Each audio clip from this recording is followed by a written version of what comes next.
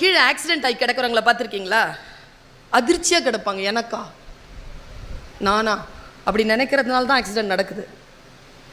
எப்பொழுது வேண்டுமானாலும், யாருக்கு வேண்டுமானாலும், எந்த வினாடி வேண்டுமானாலும் எதுவும் நிகழலாம். ஜாகிரதையாக இருங்கள், அவ்வளவுதான். கீழே விழுந்தவனுக்கு புரியல, எப்படிரா வந்துச்சு இந்த அம்புன்னு.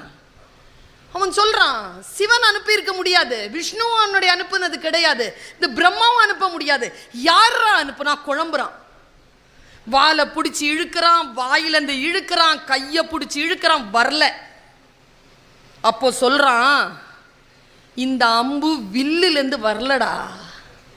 நான் அசைஞ்சு போனேங்க இன்னைக்கு இந்த சொல் குறித்து யோசிக்கும் போது.